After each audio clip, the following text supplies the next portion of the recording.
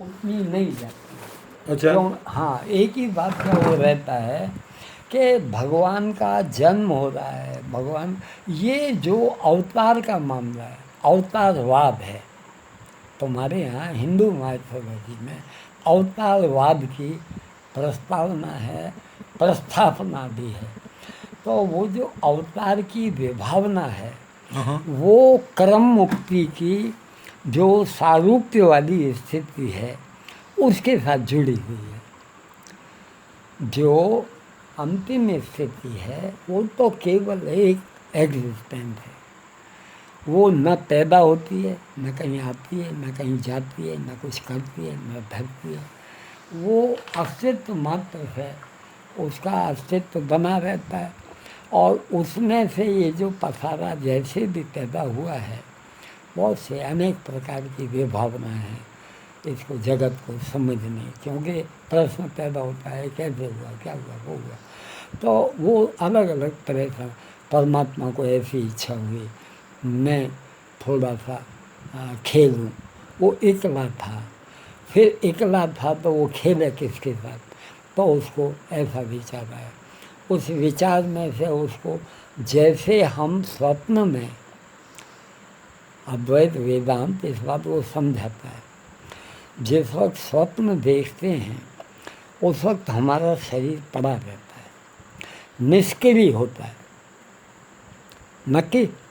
अच्छा, वो जो निष्क्रिय होता है और पड़ा होता है, उस वक्त वहाँ कहीं कुछ नहीं है, कोई और दूसरी वस्तु नहीं।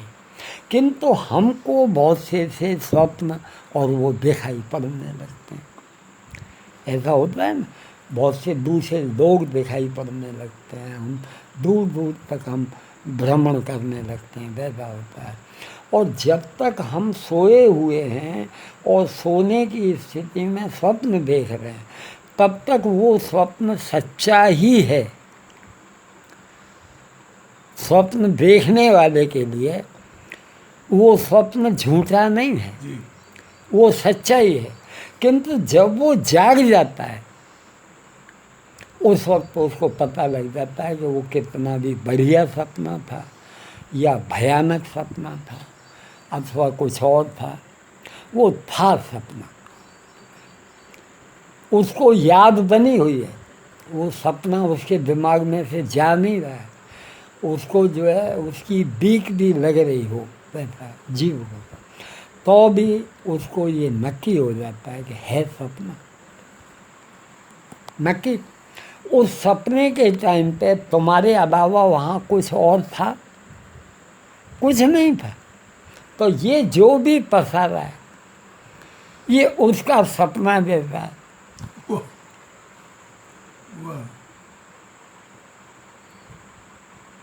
इसकी वास्तविक कोई सत्ता हो, कुछ और हो है। किंतु व्यवहार है, व्यवहार हो रहा है, व्यवहार का ये पसारे में ब्रह्मांड का फैलावा अभी भी बढ़ता चला जाता है। और जो चैतन्य पैदा हो गया है, जीव पैदा हुआ है, जहाँ कहीं भी जीवन का विकास हो गया है, हर एक ग्रहों पे नहीं है, किसी किसी ग्रह पे कभी हो, तो वो जो विकास हो गया है, वो विकास जो, वो चैतन्य जो जागृत हो गया है, उसमें जो पसारा फैलता जा रहा है उसमें भी चैतन्य नहीं है, ऐसा नहीं है, उसमें भी चैतन्य। मगर वो जो है जागृत न होने के कारण से वो जो महामाया त्रिगुणात्मिका प्रकृति अपनी परिस्थिति में जो वो पहले उस पुरुष में समाई हुई थी, उस स्थिति में जितना ज़्यादा लौटने की कोशिश करती है उतना ही ये ब्रह्मांड फैलता चला जा रहा है। आज खगोल शास्त्र इस बात को कहता है कि जिन नक्षत्रों को, निहारिकाओं को, आकाशगंगा थी, उनको हमने जो देखा था, आज 10 साल बाद जब हम देखते हैं तो हमको दिखाई पड़ रहा है वो और दूर चलती चली जा रही, नई वो हमको दिखाई पड़ती चली जा रही। वो होता है। इसका मतलब यह है कि इसके फैलने का, इसके पसारे का, इसका उसका कोई सीमा नहीं है, ये फैलता चला जाए। तो जहाँ जड़ता की स्थिति है, चैतन्य जागृत नहीं है, चैतन्य सुप्त स्थिति में है, चैतन्य मौजूद है, किंतु वो जो पदार्थ हैं उन पदार्थों में वो सुप्त स्थिति में, और ये जो जहाँ जीव के रूप में, जीवन के रूप में जागृति हो गई है, वहाँ विकास शुरू हो गया है। और विकास होते होते होते होते पशुता का, वनस्पति का, और एक कोशी जीव, दो कोशी जीव, चार, ऐसा हुआ है ना।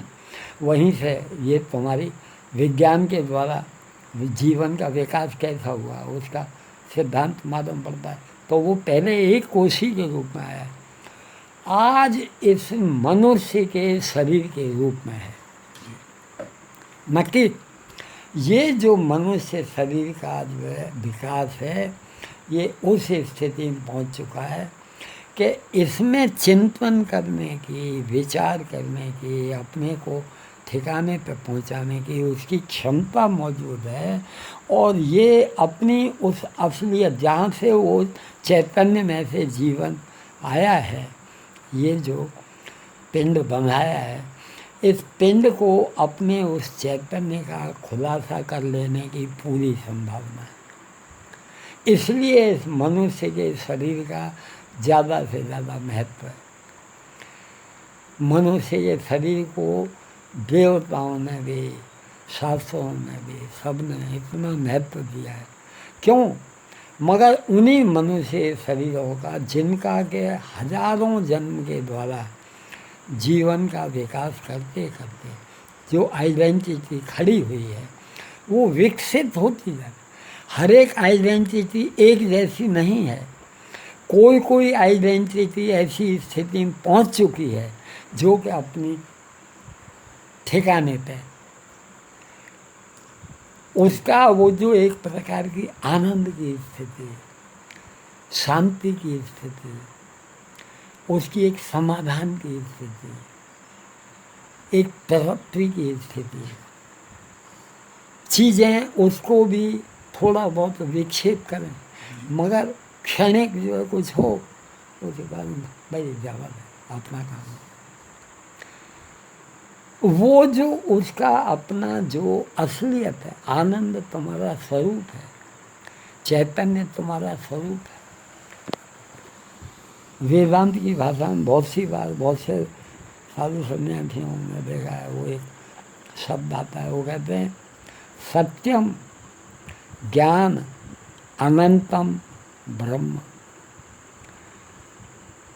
जो सत्य ज्ञान है वही अनंत ब्रह्म है। सत्य ज्ञान का किसी को भी खुलासा हो गया तो वो खुद वही हो जाता है।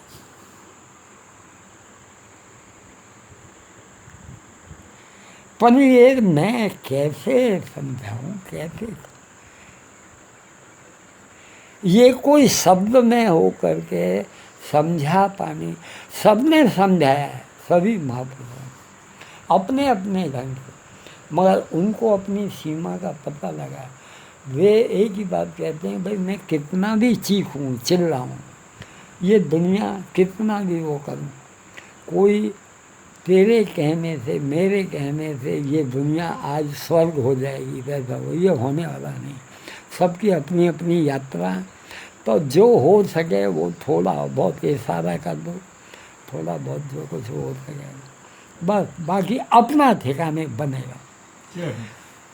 तुम अगर अपना ठिकाने पे बने नहीं रहोगे, हलन चलन होगी, ज़्यादा खटपट होगी, तो तुम्हारा अपना जब कसौटी का मामला होगा और कुछ होगा, उस वक्त टिके रहना बहुत मुश्किल पड़ा। शारीरिक पीड़ा के टाइम पे भी वो जो बना रहता है उसका कारण एक ही है कि जने कितने लंबे टाइम से उसी तरह की स्थिति में बने रहने के कारण से उसका कहीं कोई थोड़ा बहुत रूपांतरण हो गया होगा। नहीं तो इसमें टिके रहना, ये जो कसौटी का टाइम होता है और उसमें अपने ठिकाने पर बने रहना आसान नहीं है जी। ये मैं देख रहा हूँ, हूँ नाना माना दे पना जगदीश, ये जो स्थूल तुम्हारा खोखा है उसके स्तर पर तो तुमको हमेशा यही स्वीकार करना पड़ेगा। ये भाई जवाब है आपने आपने कोई वजूद जन्नत तू और हम सब जो उसके हाथ के रमक रहे हैं, वो जो सत्ता है वो है, जो कुछ है उसका खेल है। ये शरीर आज है तो भी वो मौजूद है, ये शरीर आज नहीं है तो भी वही है। और ये जो शरीर है, ये शरीर भी उस सत्ता से अलग नहीं है। ये जो भूल हो रही है कि शरीर अलग है और वो कुछ और अलग है, ये दो हो गया। इसमें दो का मामला ही नहीं, जो कुछ है एक का मामला है। शरीर अलग बना रहेगा, वो अलग बना रहेगा, ऐसा नहीं, वो एक ही है। तुम हो तो भी वो है, और कल को तुम नहीं हो तो भी वो मौजूद।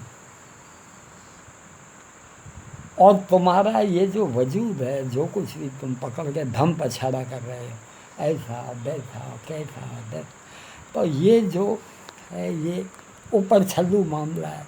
ये कोई खास लक्ष्य में लेने वाली चीज़ ही नहीं, और इसकी लक्ष्य में लेने वाली चीज़ नहीं है।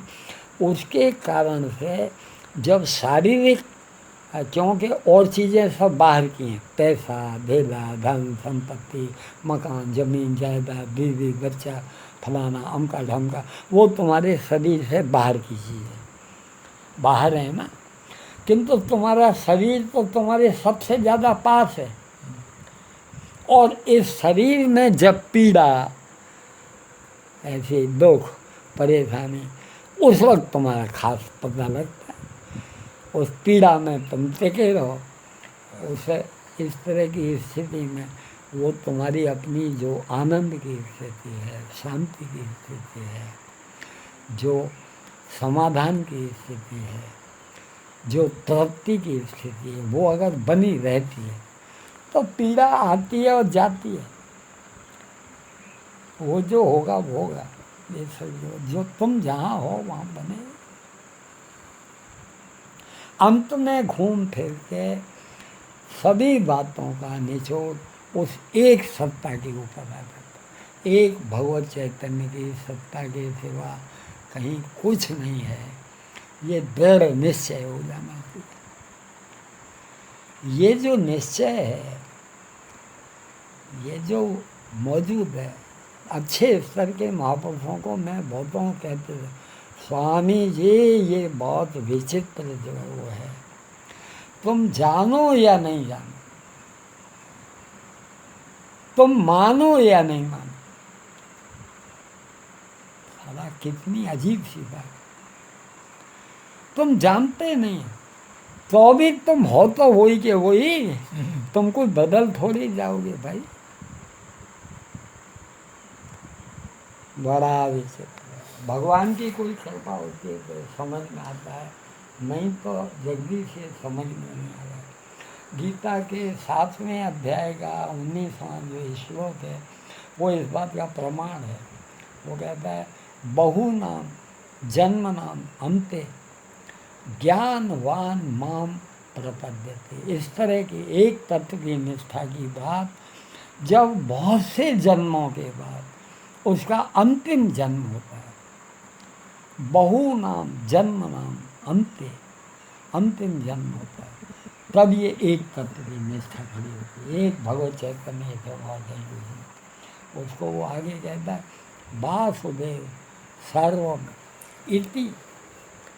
एक वासुदेव की सत्ता के सिवा कहीं कुछ नहीं है। वासुदेव सर्वमिति स महात्मा सुदुर्लभ। एवो मानस मरबो थोड़ो दुर्लभ है, पर ऐसे लोग हैं। भगवान तुम्हारी खोज होती है तो तुमसे उसका भेंटा भी करा देता है, उतनी नहीं जाती। अच्छा। हाँ।